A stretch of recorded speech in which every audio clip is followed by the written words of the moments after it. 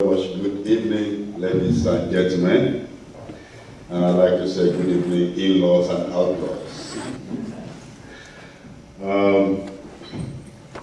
Being here with you in many ways is a dream come true for me. I've always wanted to be in Ireland. It's my first visit, and I really love the environment. I love the environment so much, I would not want to imagine anybody coming to fracture it. And I want to thank President Earth for President Ireland for inviting me. Molly worked day and night to ensure that we got the visa to come. It's one of the most difficult visas to obtain from Nigeria, and it took a real struggle to get it. And I'm so glad I came here with my wife, Evelyn. Evelyn, you just wait and say good evening.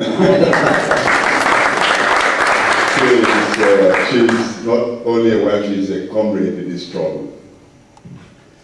And it's been almost 20 years since I last saw my sister, and tonight we're sharing the podium together. So I'm really glad to be here. And of course, the issues that brought me here, the issue of environmental justice, is a global challenge. Global challenge in the sense that when we look around the world, we find that communities and peoples are being oppressed by corporate entities who have also captured political and institutional spaces, starting from government structures at local levels to global institutions like the United Nations. And so it has become very imperative for peoples around the world to stand together in solidarity and recover the power over institutions that ought to be working to their own benefit.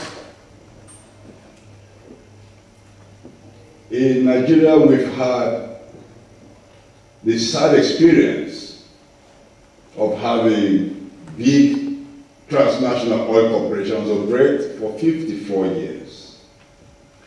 And it's been 54 years of tears, sorrows, and blood. Petroleum products may be cheap, but that is only possible because the true cost of petrol is never calculated, and the true cost of petrol is never paid. It's cheap because the poor people who live in the oil fields subsidize the cost of production, and the corporations are just happy to externalize all the costs. I come from a country where we have at least one oil spill every day.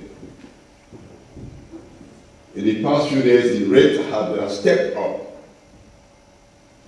And of course, we have the burning of gas, otherwise known as gas flaring, going on day and night, 24 hours continuously for decades in the middle of communities.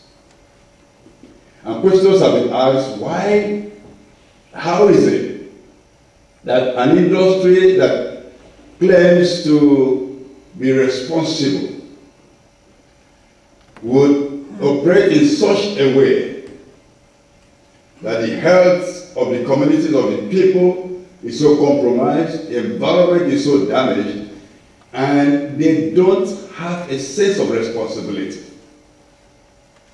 And some of the answers that we get, especially with regard to gas flaring, is that we burn the gas because there's no market for the gas. We burn the gas because this is standard industry practice, but it is not. I would like to just give you some examples of what Shell, in particular, oil company, Royal Dutch Shell, did in Ogoniland, a segment of the oil fields of Nigeria. Of course, Ogoniland is very famous worldwide because of what the military did in the 1990s on behalf of Shell, when there was a special military squad assigned to keep the people of Ogoni under control. And the leader of that force said he knew 100 ways to kill a human person, and that he had only practiced a few of those methods. And so under his watch, and under the payment of both the military and the corporation, many of Ogoni leaders were simply killed, including Ken Saro-Wiwa of blessed memory. Many citizens went on exile, and some are still in exile now, too scared to go back home. And there are internal refugees in Ogoniland, displaced by pollution. There's a particular village where there was an oil spill in 2004, and which the oil company Shell claimed to have cleaned up, but has not. That village is completely deserted because nobody can live there. The entire water body polluted. The land, mangrove swamp burnt. Fish ponds destroyed on the altar of profit. Now, what the corporations have done in my country and what I've seen them do in Latin America, in Southeast Asia, and in North America, especially in Canada, is not just to stamp on the earth to get the materials out, or to fracture rock to get the gas out. They also fracture communities. So fracking is not only for gas, it's fracking to tear people apart. And I'm so glad that citizens of this city will stand up against fracking. And I love the many t-shirts I've seen, and the slogans. And these are things that, slogans are not just mere words. These are the glues that hold us together, that inspire us to stand for what we believe. Now, when community people complain about the horrible impacts of extractive industries' activities in their communities, usually politicians label them as people who are anti-progress, people who don't like development. I've been called that many times. Anti-progress, anti-development, anti-employment, anti-everything. But one thing I cannot be accused of, and that is nobody can say I'm anti-life. But I can say that of the corporations who insist on destroying the environment through the extraction of fossil fuels. Now, a year ago, there was a report by the United Nations Environment Program, Nnimmo, validating all the complaints of the poor peoples in the oil fields of Nigeria. And that was after 2 years of study and assessment of the Ogoni environment in Nigeria. I'll tell you a few things the report said. And you can find the report on the UNEP website, unep.org. Environment Assessment of Ogoniland. That's the name of the report. The report found that every water body in that territory is polluted. Every water body, surface water, groundwater, polluted. And that it will require 30 years of consistent, high quality work to clean up the waters. 30 years. In some places they found benzene, a cancer-causing agent in the waters, 900 times above World Health Organization standards. And the people are still drinking that water as I speak. The UNEP also found that the soils in some places in Ogoniland are polluted to a depth of 5 meters.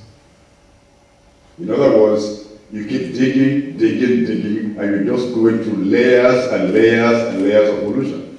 And they said it will require 5 years of consistent cleaning to clean up the soils of Ogoniland. And you have to clean the land first before you clean the water. Otherwise, the pollution from the land will wash back into the rivers. So you require 35 years to clean up Ogoniland. Who's going to pay for that? Not the Nigerian government. Without a fight. Shell is not willing to do that. And all this is a footprint of a corporation that ought to know better, but they don't. I'm yet to see how they can convince anyone that they know about respecting life in poor communities and in vulnerable communities and in places where they can get away with impunity. This is why citizens' power and collective is so important, to stand together and ensure that only what you have said is done in your territory, in your city, in your land, on your farmland, in your river, and in the air around us.